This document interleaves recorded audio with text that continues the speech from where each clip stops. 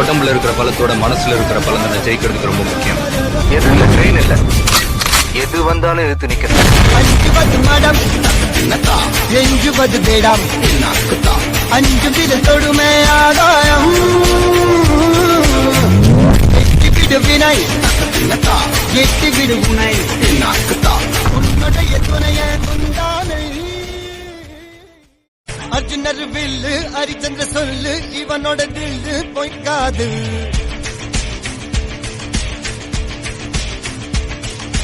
இதனைய கொல்லு இமயத்தை வெல்லு உனக்கு ஒரு எல்லை கிடையாது. ஒரு முன்னோடு ஒரு வெற்றி என்